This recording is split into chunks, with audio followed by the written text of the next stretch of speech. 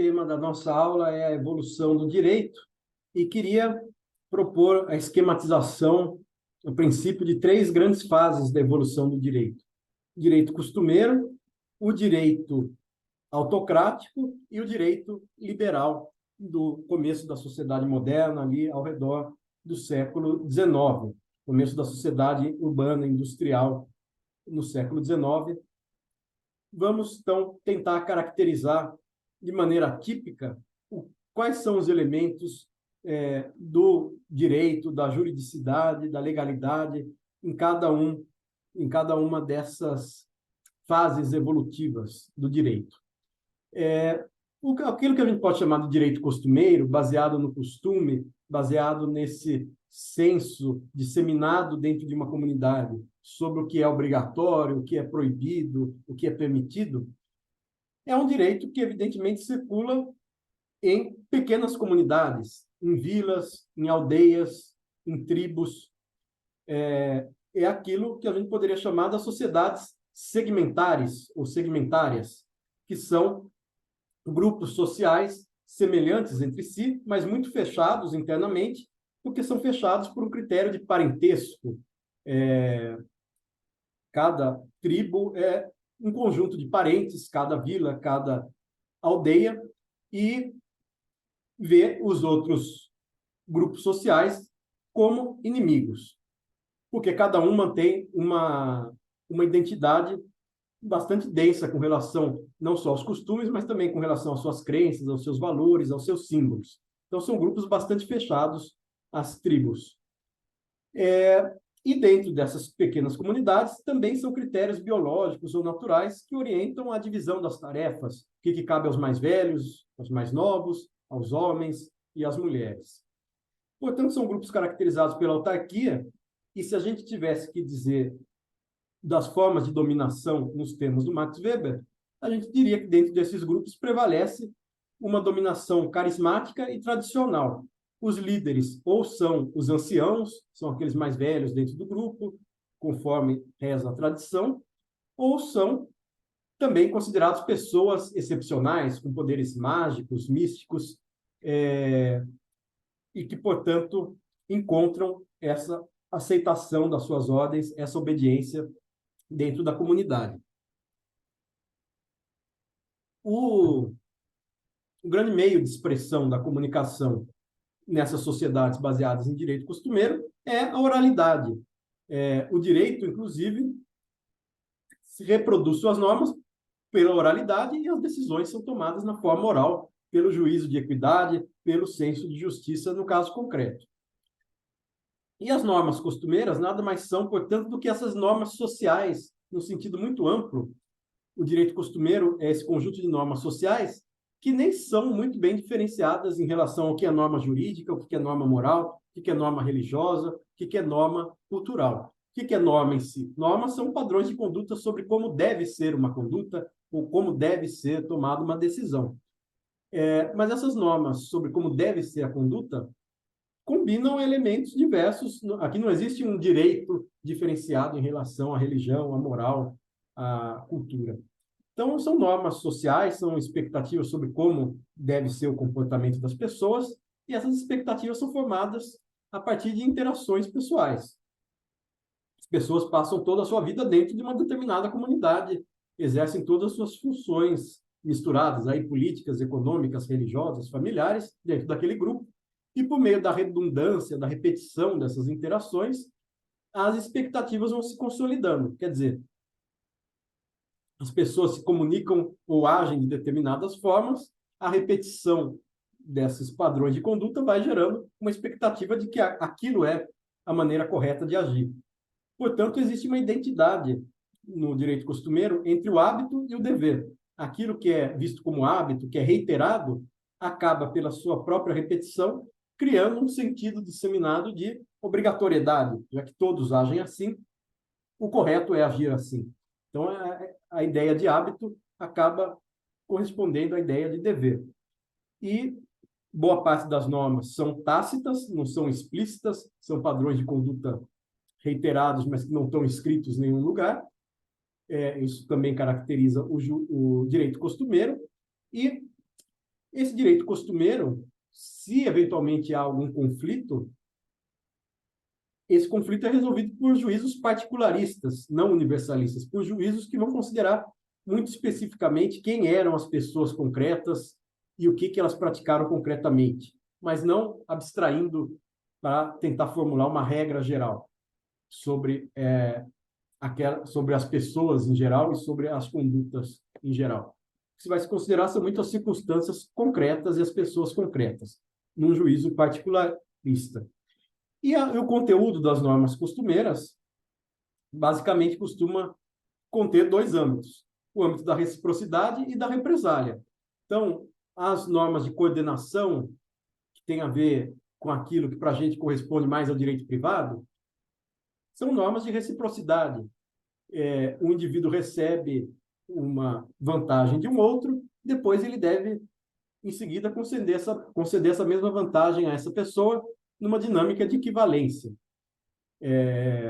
que vai, então, formatando os padrões sobre o que é devido. Então, a reciprocidade é essa dinâmica de trocas equivalentes que vai gerando um sentido do que se deve fazer nessas situações. E, ao lado da reciprocidade, a gente tem o mecanismo da represália ou da vingança. Os tabus, as crenças mais importantes do grupo são protegidas por meio da represália. Quem se atreve a se comportar contrariamente a essas crenças mais importantes vai sofrer uma represália, vai sofrer uma expulsão do grupo.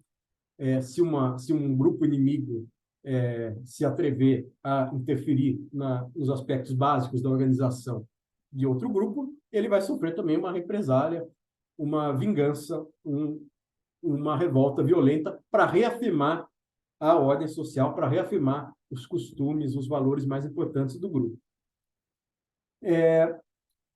A gente poderia dar alguns exemplos de direito costumeiro usando a classificação do Max Weber sobre se os critérios usados numa decisão jurídica são critérios puramente jurídicos ou são critérios indiferenciados entre direito, moral, religião. E a gente pode também pensar se esses critérios são critérios racionais aplicados de maneira previsível, gerando uma certa segurança jurídica, ou se são critérios aplicados de maneira irracional.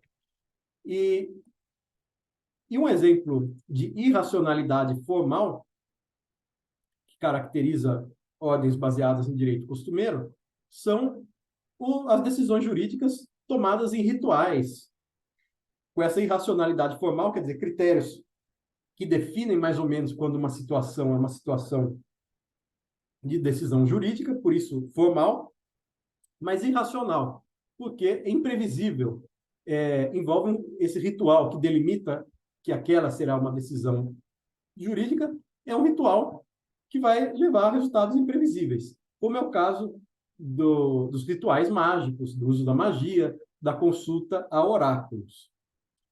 Numa forma menos mágica, a gente tem uma manifestação interessante num certo período da história do direito romano, que é o direito romano do período arcaico, ali entre os séculos 8 e 2 a.C., período das ações da lei.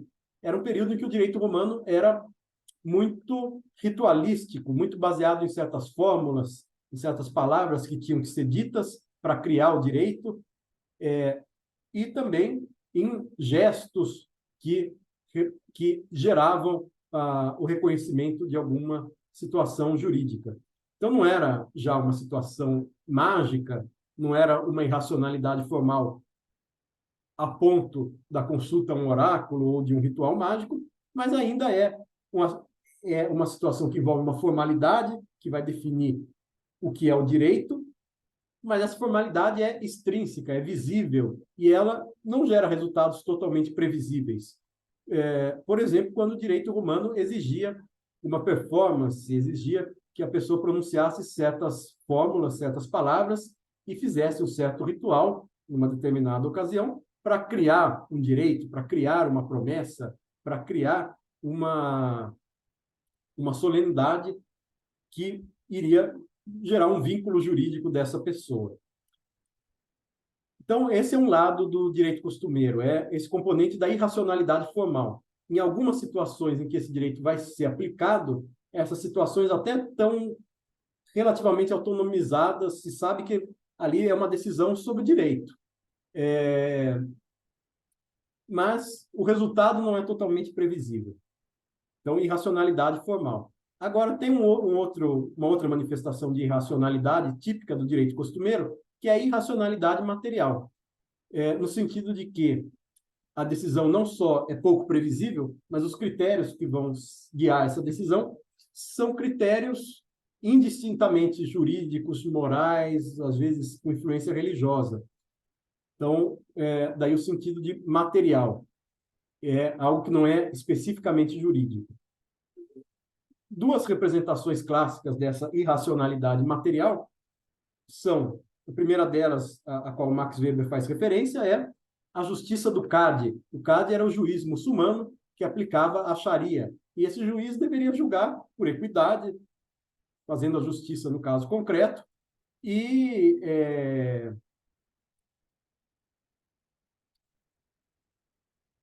portanto, tomava uma decisão imprevisível, porque ele considerava muitas particularidades das pessoas, até as emoções manifestadas durante o julgamento, até as emoções que tomavam conta desse próprio juiz. E um outro exemplo mais famoso é o exemplo bíblico do rei Salomão, que, diante de duas mulheres que disputavam, que se diziam ser mães da mesma criança, o rei Salomão mandou dividir a criança ao meio. Claro, não porque ele realmente quisesse repartir a criança em partes iguais para as duas mulheres, mas porque ele queria observar a reação emocional das mulheres e, então, definir pelo seu senso de justiça quem deveria, dentre aquelas duas mulheres, quem era a verdadeira mãe. E, portanto, uma decisão tomada segundo um critério, aí, uma estratégia totalmente arbitrária, estranha, imprevisível, e segundo uma motivação racional. Aliás, uma motivação emocional da tomada de decisão. Fora desses casos mais caricatos até, a gente teria uma manifestação de irracionalidade material até numa prática bastante avançada, importante do direito romano do período clássico, ali entre os séculos 2 a.C.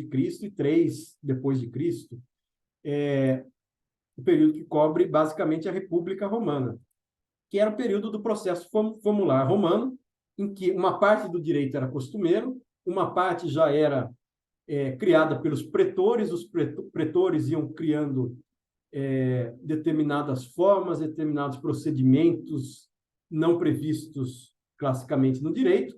Então, quando você tinha um conflito, uma fase desse conflito era organizada pelos pretores, essa autoridade pública, mas a fase seguinte de arbitramento mesmo e definição, solução da controvérsia, era feita por uma espécie de árbitro privado, um juiz privado contratado pelas partes, que poderia ser um jurisconsulto, ou ele contava com o auxílio de jurisconsultos que davam seus pareceres sobre como deveria ser decidido esse caso.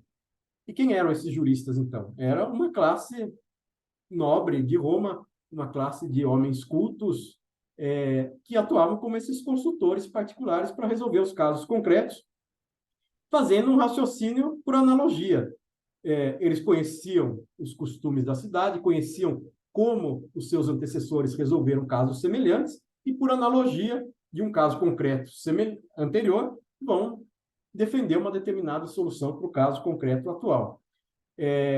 Portanto, é um raciocínio que também ainda é particularista. Eles não vão pretender criar grandes princípios abstratos, regras abstratas. Eles vão se preocupar em comparar situações concretas atuais com situações concretas já registradas aí e resolvidas por seus antecessores, usando, portanto, um tipo de raciocínio baseado na analogia, um tipo de raciocínio baseado na prudência, que é essa grande virtude da sabedoria prática, que permite o exercício de um senso de justiça sobre aquilo que deve ser, sobre aquilo que é correto na sociedade, sobre a manutenção das instituições sociais, e um raciocínio que é muito mais problemático, baseado no problema, do que sistemático, baseado em grandes abstrações. E, como eu disse, esse direito romano clássico é basicamente contemporâneo à República Romana, que é um período em que a organização política está baseada naquela forma de governo mista, em que você tem uma diarquia, que são dois cônsules, dois pretores que têm uma função executiva, o equivalente ao que seria uma monarquia.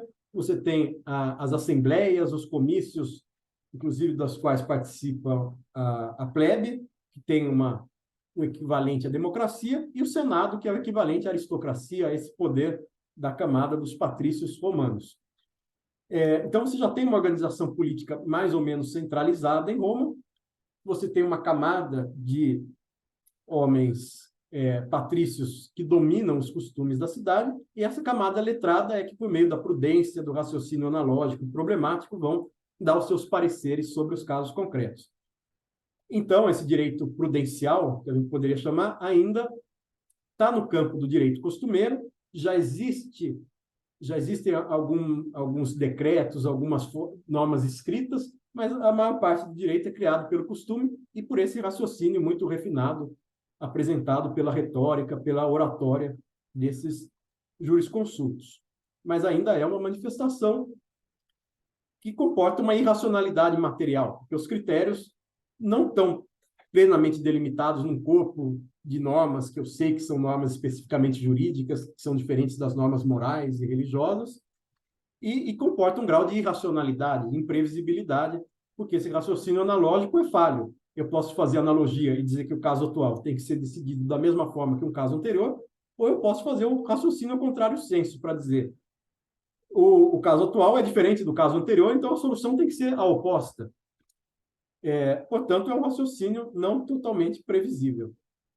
E é ainda esse tipo de raciocínio prudencial, problemático, analógico, que a gente vai encontrar quando os glosadores forem tratar do direito romano, depois que o imperador Justiniano manda fazer o Corpus Iuris Civilis, toda aquela compilação do direito romano, do período imperial já, que já contempla muitas decisões centralizadas da autoridade imperial.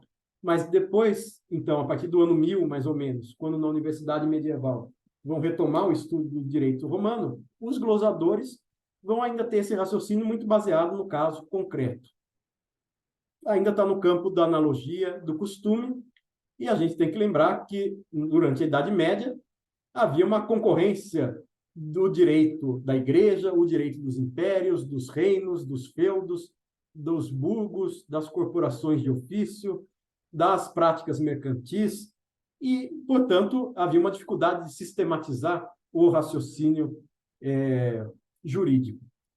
Tudo isso a gente poderia colocar, então, num campo do costume, de prevalência do direito costumeiro, embora, dependendo da situação, já houvesse manifestações importantes de direito positivo, de decisões tomadas por alguma autoridade mais ou menos central. Então, essa é a caracterização básica do direito costumeiro. O que viria depois é o direito autocrático, que é o direito que caracteriza os grandes impérios da antiguidade, os impérios agrário-burocráticos, os impérios baseados na produção agrícola e baseados numa grande burocracia que dava amparo aos príncipes, aos reis, aos imperadores e aos faraós. E além de caracterizar os grandes impérios da antiguidade, o direito autocrático é aquele direito típico também do Estado absolutista na Europa antes das revoluções liberais. Bom, então eu disse que o direito costumeiro era típico de pequenas comunidades, como vilas, aldeias. O direito autocrático já é típico de grandes impérios. O direito costumeiro é baseado na oralidade em interações entre os membros da comunidade de uma maneira mais ou menos horizontal. O direito autocrático é baseado numa relação vertical entre o imperador, o faraó, o rei e os seus súditos, com a intermediação muito importante de uma burocracia patrimonial. Ou seja, o direito autocrático já é um direito, por oposição ao direito costumeiro, que é descentralizado. O direito autocrático é um direito já muito centralizado. e baseado na atuação de uma burocracia que é uma burocracia patrimonial, é uma burocracia usada como instrumento patriarcal, como instrumento do grande patriarca, do grande líder político, e que tem os funcionários do império como seus funcionários pessoais. E também o que é recurso do Estado, do império, é recurso pessoal do imperador, do faraó. Os burocratas são funcionários de confiança do imperador, vão usar recursos do Estado que estão misturados aos recursos do imperador. Portanto, aqui é uma burocracia patrimonial, é um quadro administrativo, mas em que não existe a distinção entre o que é público e o que é privado. E a gente pode dizer que esse direito autocrático resolve alguns problemas do direito costumeiro. O Hart vai dizer no livro Conceito de Direito que o direito costumeiro tem alguns problemas. Ele é um direito incerto, eu não sei quando o costume surge, como identificar o costume, qual o grau de consenso necessário para eu definir que algo é realmente um costume, visto como obrigatório. O direito costumeiro não pode ser mudado voluntariamente, os costumes só vão se alterando muito no longo prazo, conforme as variações que vão sendo aceitas dos padrões de conduta, e o costume pode ser ineficaz se eu não tiver um órgão centralizado que vai tomar as decisões, né? E o costume, por definição, é uma criação descentralizada. Então, o direito autocrático já vai resolver esses problemas, ele já vai criar uma burocracia central que vai definir o que é o direito, vai impor essas decisões, então não vai ter o problema da ineficácia, e vai poder mudar as decisões conforme a vontade política do governante. De modo que a gente pode dizer que o direito costumeiro surge quando a comunidade se desintegra, não existe mais um pequeno grupo unido por uma integração moral, e o direito autocrático surge quando se separa o Estado e a sociedade. O Estado que vai comandar a sociedade. Esse Estado, numa primeira versão, ditatorial, autoritária, daí o nome direito autocrático que eu estou propondo para descrever essa fase. E essa burocracia patrimonial, então, que vai ser o conjunto de funcionários de confiança do rei, do faraó, do governante, para impor as decisões sobre os súditos, é uma burocracia que vai existir no Estado, nos grandes impérios, no Estado absolutista, mas na época do Estado absolutista, já século XV, XVI, já é a burocracia, já é um tipo de burocracia que a gente também vai encontrar em outras organizações, como a Igreja e as próprias companhias mercantis, Companhia das Índias Ocidentais, Companhia das Índias Orientais, etc. Então, enfim, é uma criação centralizada do direito, centralizada e autoritária, que caracteriza esse direito autocrático. Portanto, ele é típico de sociedades baseadas na diferenciação geográfica entre centros e periferias, por exemplo, o centro do império, onde o imperador consegue resolver todos os casos de maneira direta, e a periferia do império, onde o imperador vai contar com um corpo de funcionários de confiança para ajudar a impor as suas regras, as suas determinações, os seus decretos, e resolver também algum caso concreto, algum conflito. A periferia, as zonas mais rurais, mais afastadas, e os centros, onde se concentra a escrita, onde se concentram as elites que dominam a escrita, onde se concentra o poder imperial, se concentra o comércio, o dinheiro e também o poder de dizer o direito. E são sociedades em que existem relações típicas de patronagem e clientelismo, de dependência pessoal. Eventualmente existe até uma porção da sociedade de pessoas escravizadas, mas mesmo aquelas que são livres estão na dependência das camadas superiores da sociedade. Portanto, também é o direito que caracteriza sociedades hierárquicas, com estamentos sociais, em que a pessoa nasce num determinado estamento e depende dos favores e da proteção de um estamento superior para conseguir manter sua vida. Então, o direito autocrático é típico das sociedades divididas entre centros e periferias e das sociedades estamentais, hierárquicas, como era a sociedade feudal, ou a sociedade do antigo regime europeu, ou as sociedades dos grandes impérios da antiguidade. E, portanto, o conteúdo desse direito autocrático é um conteúdo diferenciado conforme os estamentos sociais. Depende se você pertence ao estamento dos nobres, ao estamento do clero, ao estamento da própria realeza, ou se você pertence ao estamento da plebe, ou dos servos, ou do povo. E o que esse direito autocrático vai consagrar ao longo do tempo vão ser privilégios inatos para cada camada social. Depende da sua posição de nascimento dentro da hierarquia social, você vai ter ou não vai ter certos privilégios.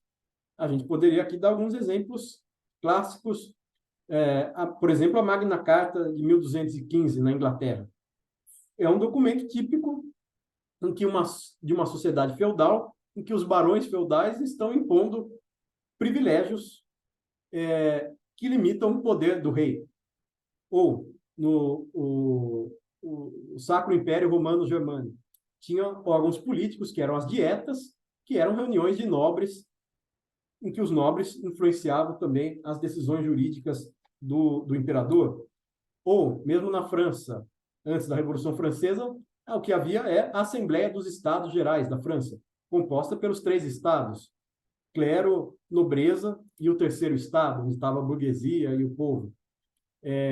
Portanto, o direito que vai sair dessas assembleias também é um direito estratificado, privilégios conforme as camadas sociais e falta de privilégios para outras camadas,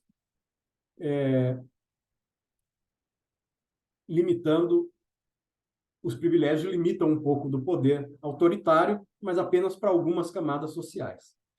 E esse direito autocrático, então, ao contrário do direito costumeiro, que é baseado na oralidade, o direito autocrático é baseado na escrita. É um direito que envolve decisões positivas, direito positivo, decretos do imperador, do faraó, do príncipe, do rei.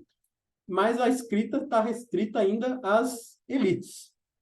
E não existem assembleias permanentes funcionando para limitar o poder do rei. Ele pode, eventualmente, de maneira extraordinária, convocar reuniões temporárias dos nobres que vão influenciar suas decisões, mas não existe um poder legislativo permanente fazendo contraponto ao poder absoluto desses imperadores ou reis.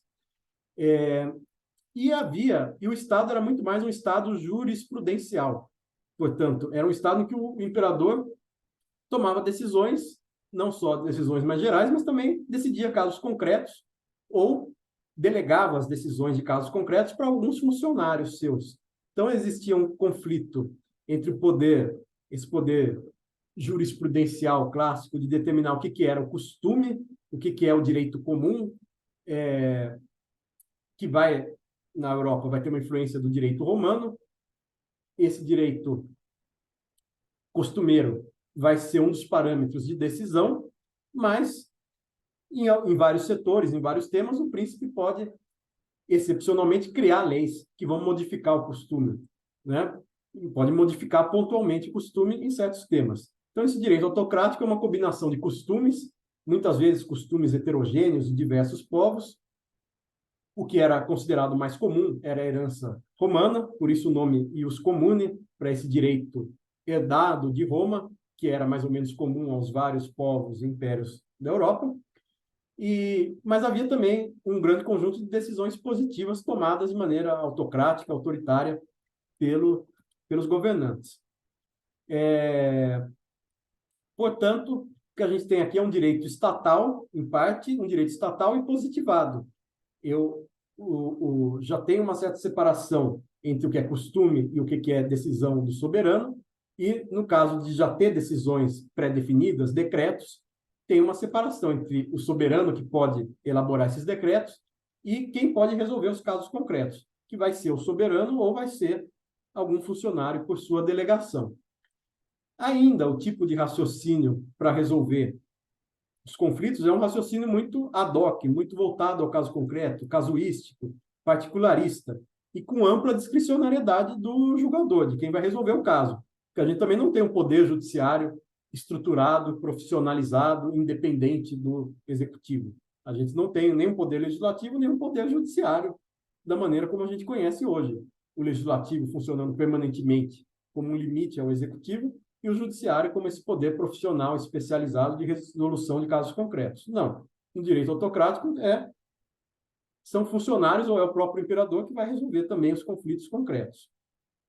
De modo que a gente tem algumas normas voltadas para os pobres da sociedade, normas penais, normas assistenciais, e tem alguns privilégios voltados para as camadas da elite, da aristocracia social, e esses privilégios imunizam essas camadas contra a intervenção estatal.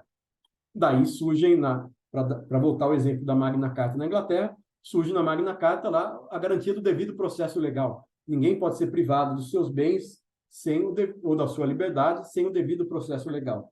Mas ninguém, na época, eram os nobres, eram os senhores feudais que tinham esse privilégio de proteção contra o poder estatal. Finalmente, esse direito autocrático é um direito muito moralizado, muito baseado numa função repressiva, na manutenção de uma homogeneidade moral na sociedade, um direito repressivo, um direito baseado no Estado policial e militar, no uso da força para garantir a obediência. É um direito que dava margem a decisões arbitrárias, invocadas em nome da razão do Estado, em nome da manutenção da segurança do império, e é um direito que exigia uma obediência incondicional dos seus súditos. De modo que o grande problema, então, que vai surgir, um grande problema característico desse direito autocrático é a sua arbitrariedade, né?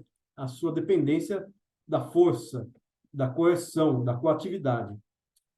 E a gente pode dizer que existem duas grandes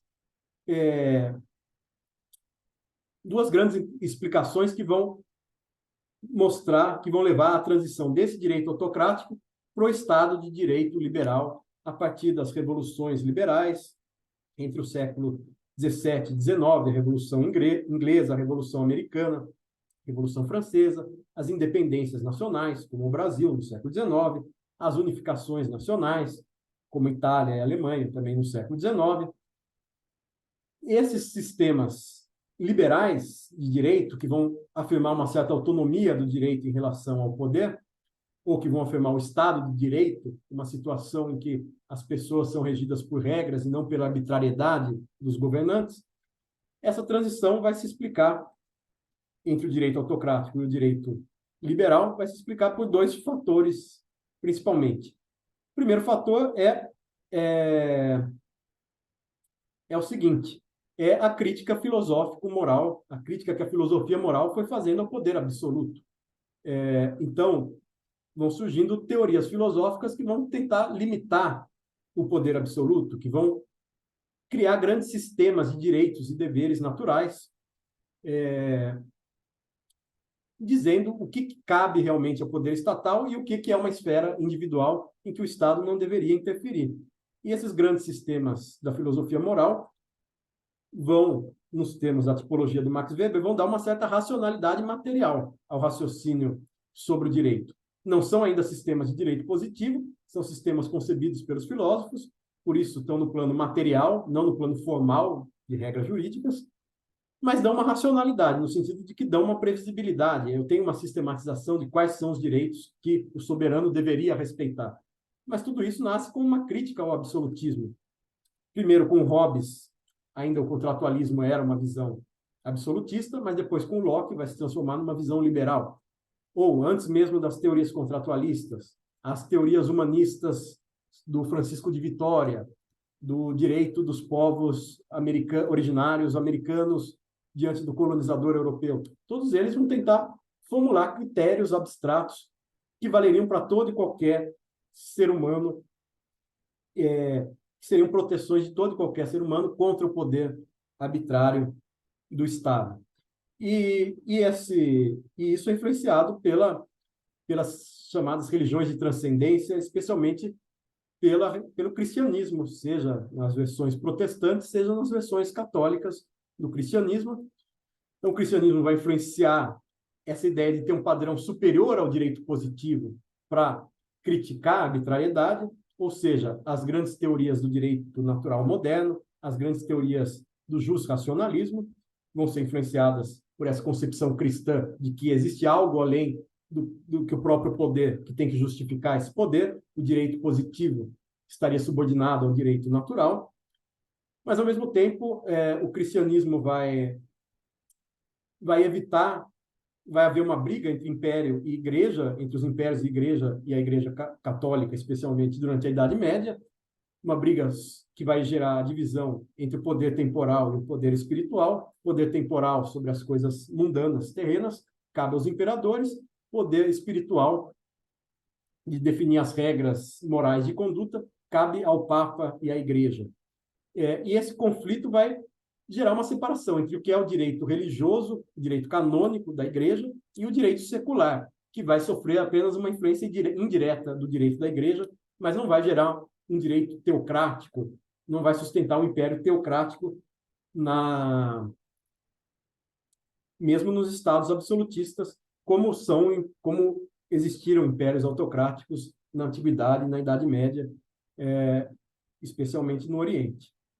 Bom, então, esse legado do cristianismo, especialmente, que vai influenciar as teorias de direitos naturais, como limitações ao poder real, junto com a herança de sistematização do direito romano, que passou a ser mais sistematizado conforme princípios, regras gerais, a partir do trabalho dos comentadores ao redor do século XIV.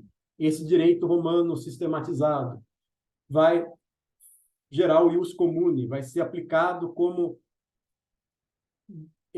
fonte subsidiária de direito quando um determinado território não tiver regras uniformes para resolver determinado caso. O ius comune vai ser o direito comum à Europa. Esse direito romano que, no século XIX, vai levar ao uso moderno dos pandectas, quer dizer, ao uso moderno do digesto, o próprio direito romano sistematizado por todas essas gerações de comentadores e estudiosos de direito romano, vai servir de critério para as decisões nos estados nacionais, enquanto esses estados nacionais não tiverem suas próprias leis, e vai influenciar a codificação do direito na França, na Alemanha. A sistematização do direito romano vai gerar um tipo de raciocínio abstrato, universalista, que vai ser incorporado às declarações de direito, às constituições e principalmente aos códigos. Então, aqui a gente tem um elemento que vai explicar a transição do direito autocrático para o direito liberal, para o Estado de Direito. E o segundo elemento é uma certa solução de compromisso entre as camadas sociais. Primeiro, uma instabilidade do poder gerada por esse direito autocrático, era um direito baseado muito na vontade, no arbítrio, na violência dos poderosos.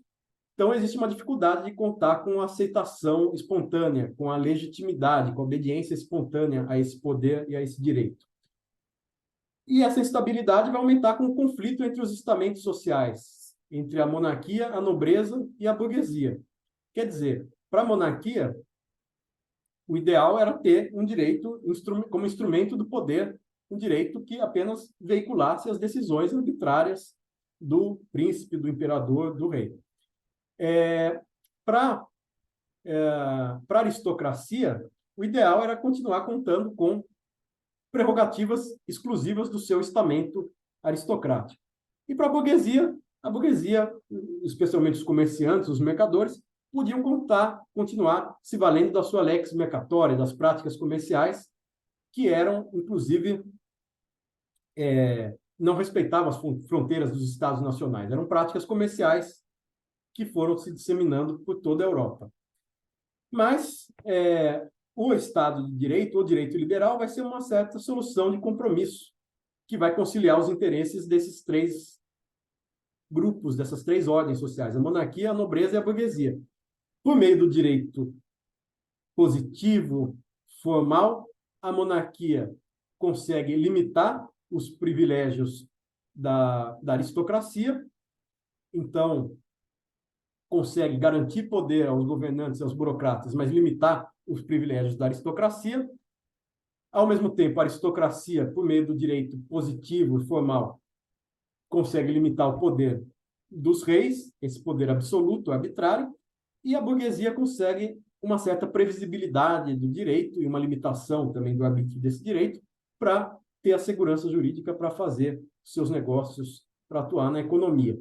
De modo que essa composição de interesses entre as camadas sociais levou a um arranjo que limitou o poder dos soberanos, dos governantes políticos, mas também limitou o poder da aristocracia. Interessava a aristocracia limitar o poder do rei. Interessava a burguesia limitar o poder da aristocracia. Então, o direito formal, o Estado de Direito, acabou servindo como uma solução conciliatória entre essas camadas do antigo regime. E aí surge o que a gente chama do direito liberal ou do Estado de Direito, que é característico da sociedade moderna do século XIX, pós-revoluções, independências, unificações nacionais, e que é um direito que caracteriza uma sociedade baseada na diferenciação funcional, em que a grande distinção na sociedade já não é mais por um critério geográfico apenas, ou por um critério de nascimento de uma determinada camada social, mas é a distinção entre âmbitos especializados de comunicação. Isso se sobrepõe à própria hierarquia social. Interessa se uma questão é uma questão jurídica, é uma questão política, é uma questão econômica, é uma questão religiosa. Cada âmbito da sociedade vai passar a deter um monopólio sobre a definição das suas questões. Quer dizer, se uma questão é jurídica, ela passa a ser um problema que é definido, que é pré-definido pelo legislativo, mas é definido, no fim das contas, por uma organização especializada, que são os tribunais, por uma profissão especializada, que é a profissão dos juízes. Na economia, o mercado é que vai passar a definir o preço dos bens, e não um ato de poder arbitrário do Estado. A religião vai se diferenciar do Estado. O Estado não vai mais ter uma religião oficial, vai afirmar a liberdade religiosa. Então, as próprias declarações de direito, que vão falar da liberdade econômica, liberdade religiosa, liberdade científica, liberdade artística, vão fortalecer essa diferenciação funcional, essa contenção do poder político, contenção do poder do Estado e afirmação de que cabe às operações econômicas, ao mercado, à oferta e à demanda, definir o preço dos bens e serviços. Cabe ao direito definir quem tem direitos, quem tem deveres. Isso vai ser definido nos tribunais, segundo processos judiciais. Então, as pessoas estão abstratamente incluídas em todos os âmbitos da sociedade, na economia, no direito, na política, mas o que vai diferenciar é a forma do seu acesso, se a pessoa tem mais propriedade ou menos, tem mais ou menos dinheiro, tem mais ou menos poder, mas, a princípio, todo mundo participa desses vários âmbitos sociais, o que é diferente de uma sociedade estratificada em que cada um vive dentro da sua camada, do seu estamento social. E se o direito autocrático era baseado numa burocracia patrimonial, ou seja, numa burocracia vista como instrumento patriarcal de um rei, de um soberano, um conjunto de funcionários pessoais do imperador, o direito liberal vai ser baseado em burocracias profissionais, burocracias que são selecionadas em processos competitivos, de maneira meritocrática, que têm uma profissão, que devem exercer sua função com impessoalidade, que devem documentar os seus atos, que devem concretizar normas mais gerais e abstratas para chegar à sua decisão administrativa, mais individual e concreta. E essas burocracias profissionais no sistema político, a burocracia da administração pública e a burocracia especializada do judiciário, vão, então, reconhecer que todos os cidadãos estão isonomicamente, igualitariamente, submetidos a esses mesmos funcionários burocráticos. Esses funcionários usam meios que são meios públicos, são os meios do Estado, para cumprir funções públicas. E o seu papel público, os meios administrativos e as funções públicas de interesse público são diferentes dos interesses pessoais do governante ou dos interesses pessoais do próprio funcionário ou dos interesses pessoais de algum cidadão que queira uma prestação do Estado. Ele vai ser abordado pelo Estado como um cidadão de maneira igualitária, como todos os outros cidadãos. Então, a gente pode dizer que aqui, esse direito liberal está baseado, por um lado, nas organizações burocráticas, dos poderes políticos e do poder judiciário, e, por outro lado, é baseado numa esfera pública, da opinião pública. Todo cidadão, claro, o voto censitário só vai acabar no século XX, mas, a princípio, todo mundo participa da opinião pública, está inserido no sistema político. Da mesma forma, todo mundo é um sujeito de direitos, tem certos direitos naturais, é um sujeito de direitos, tem direitos, deveres, poderes e responsabilidades, e, portanto, nessa medida, participa do sistema jurídico. Existe, portanto, uma diferenciação entre o que é sistema jurídico e o que é sistema político. A política vai dar as premissas para o direito decidir, mas o direito vai decidir de maneira independente. Quer dizer, a política vai criar as normas constitucionais, legais, administrativas, mas uma decisão judicial tem que ser tomada por um critério estritamente técnico, aplicando aquelas normas criadas pela política de maneira igualitária, isonômica. Então, existe uma diferenciação entre política e direito.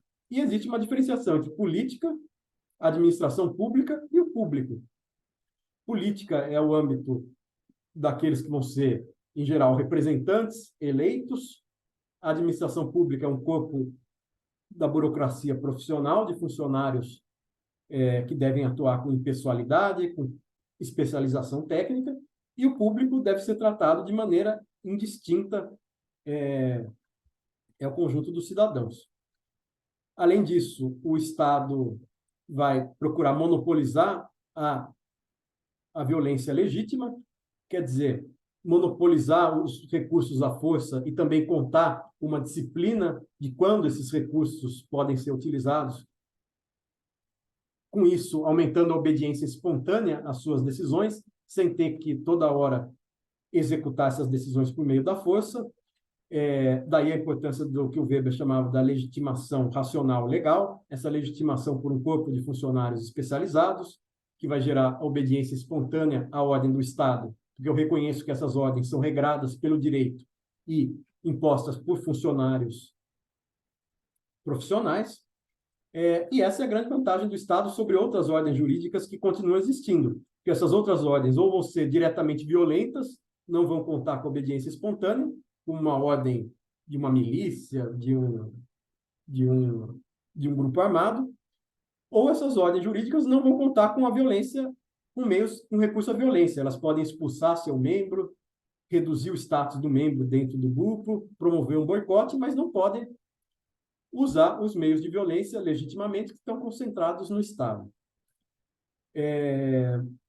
Bom, já disse que essa burocracia profissional se caracteriza pela impessoalidade, pela publicidade dos seus atos, pela hierarquia dentro da própria administração pública ou dentro do próprio judiciário, pela separação entre os funcionários e os meios administrativos que pertencem ao Estado. Além do mais, a gente pode dizer que esse direito liberal é caracterizado por uma difusão grande da escrita por meio da imprensa. Se o direito, na época do direito autocrático, só uma restrita elite social dominava a escrita e tinha acesso às decisões positivas do direito colocadas em forma escrita, no século XIX, a gente tem a imprensa, tem os meios de comunicação de massa, os livros, os jornais, os panfletos, que passam a expandir a possibilidade de comunicação escrita para os cidadãos em geral. E geram, então, essa esfera da opinião pública, que vai controlar o poder do Estado, e a esfera dos direitos, que são proclamados em declarações, que passam a ser de conhecimento de todos e que controlam e dão subsídios para as decisões das organizações judiciais. As declarações de direito, as constituições e os códigos passam a ser conjuntos de normas gerais e abstratas. Normas gerais, porque elas se referem a classes de pessoas, a papéis sociais, o consumidor, o cidadão, o vendedor, o comprador, e são normas abstratas porque elas não se referem a uma conduta em específico, elas tipificam certas condutas, elas se referem a tipos de conduta. Tudo isso vai possibilitar o tratamento mais isonômico dos cidadãos e vai haver um esforço do pensamento jurídico, da doutrina ou da dogmática jurídica por sistematizar esse esses corpos de direitos, esses conjuntos de leis em doutrinas, em princípios sistemáticos que vão dar uma consistência, uma coerência para esse corpo jurídico. Mesmo nos países que não tiveram tanta presença das leis e dos códigos, como a Inglaterra, você tinha os precedentes judiciais, que não eram simples costume irracional, eram decisões judiciais que tinham as suas razões de decidir, que eram vinculantes para as decisões posteriores. Então, cada juiz tinha que justificar por que a sua decisão estava ou não seguindo o modelo de um precedente. Portanto, havia um certo grau de racionalização, de sistematização, um método na aplicação, inclusive, dos precedentes judiciais.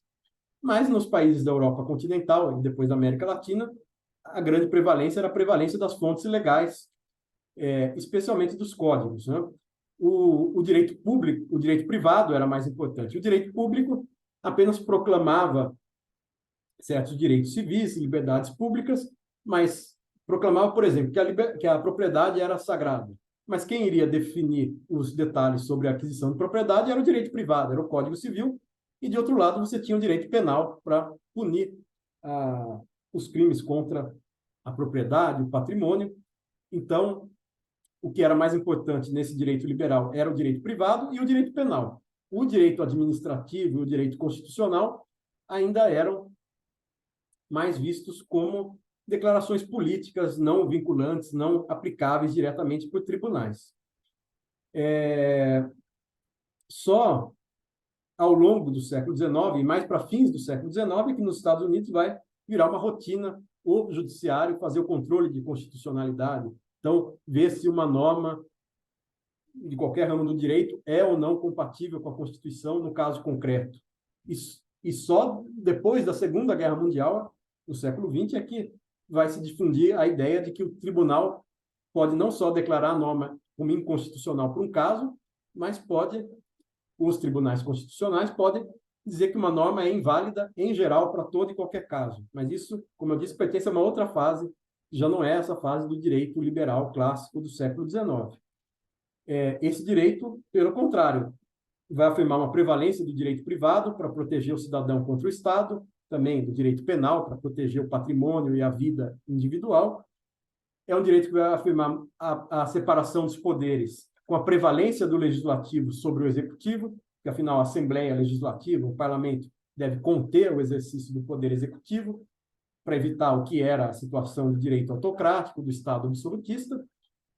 O judiciário é visto como mera boca da lei, como um ramo da burocracia que apenas aplica o que já foi decidido na política, mas também o judiciário, no fim do século XIX, vai começar, em nome de dizer que está meramente aplicando a lei, vai passar a ter uma posição mais ativista, de tomar certas decisões polêmicas que não são só aplicação da lei, mas se dizendo o mero intérprete aplicador da lei.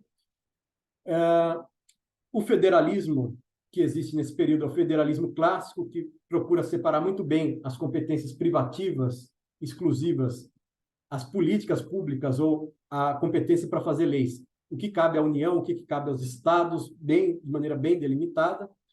E o que é importante do ponto de vista constitucional são os direitos civis, especialmente que procuram conter o Estado da intervenção numa esfera individual.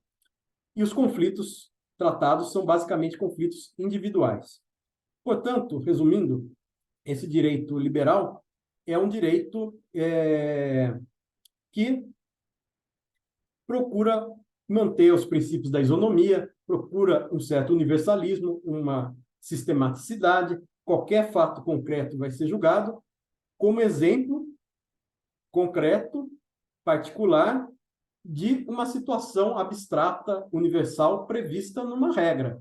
Então, se alguém enfiou uma faca numa outra pessoa e a pessoa morreu, isso tem que ser subsumido à regra matar alguém, que não importa se alguém era nobre, era trabalhador, era consumidor, era empregado. No caso, importa só se era um ser humano, se ele foi privado da sua vida. Então, você encaixar um caso concreto numa hipótese de incidência abstrata da regra permite um tratamento isonômico e a consequência prevista para o caso concreto vai ser a consequência prevista na regra, a prisão de tantos a tantos anos, a indenização, a multa, prevista de maneira geral para uma classe de pessoas e com relação a um tipo de condutas. Uma classe abrangente de pessoas, né? Relacionado aos papéis sociais e não a uma posição de classe social. Para concluir, a gente pode dizer que esse direito liberal tinha uma certa autonomia, foi construindo sua autonomia como sistema jurídico em relação a outros sistemas sociais, a política, a religião, ou em relação mesmo à esfera moral. Então, uma primeira autonomia do direito é a autonomia substantiva, que depende da distinção muito clara entre os corpos de regras jurídicas e aqueles textos, aqueles discursos que tratam de preceitos éticos, de crenças religiosas, de doutrinas políticas. Se você tem um código, ou um conjunto de códigos, ou leis, que são delimitados como sendo os únicos repertórios onde alguém pode buscar uma justificativa para a decisão judicial, o que acontece é que você já tem uma delimitação de que só é fundamento para uma decisão jurídica regras jurídicas que estão contidas num documento à parte. Então, isso favorece a autonomia substantiva do direito. A autonomia institucional do direito tem a ver com a especialização de certas organizações, especialmente os tribunais. Os tribunais vão se especializar em tomar decisões exclusivamente por critérios jurídicos. Ao lado da autonomia institucional, organizacional, da administração pública e dos tribunais, a gente tem a autonomia ocupacional, ao longo do século XIX, que vão se especializar as profissões jurídicas, com faculdades de direito, carreiras, treinamento, funções próprias do bacharel em direito, que vai ter monopólio para manipular o direito, para argumentar e para tomar decisões jurídicas. E, finalmente, a autonomia metodológica do direito, quando se distingue bem o raciocínio da dogmática jurídica especializado, que se diferencia de qualquer argumentação moral, ideológica, religiosa sobre aquilo que deve ser.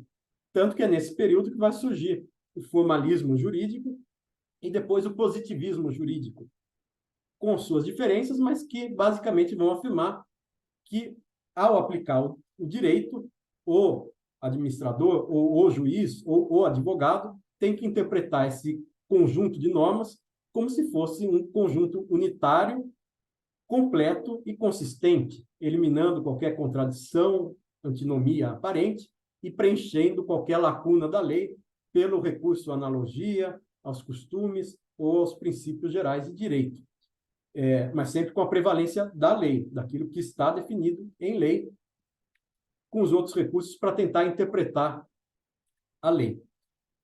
Então, autonomia substantiva, diferenciar o que é regra jurídica do que são outras regras, autonomia institucional, a diferenciação dos tribunais e da administração pública em relação a outras organizações políticas, econômicas, religiosas, autonomia ocupacional, a profissionalização, as carreiras exclusivamente jurídicas, e a autonomia metodológica, que tem a ver com a especialização do discurso dogmático, especialmente a partir das correntes formalistas e positivistas do direito. Isso caracteriza o direito liberal.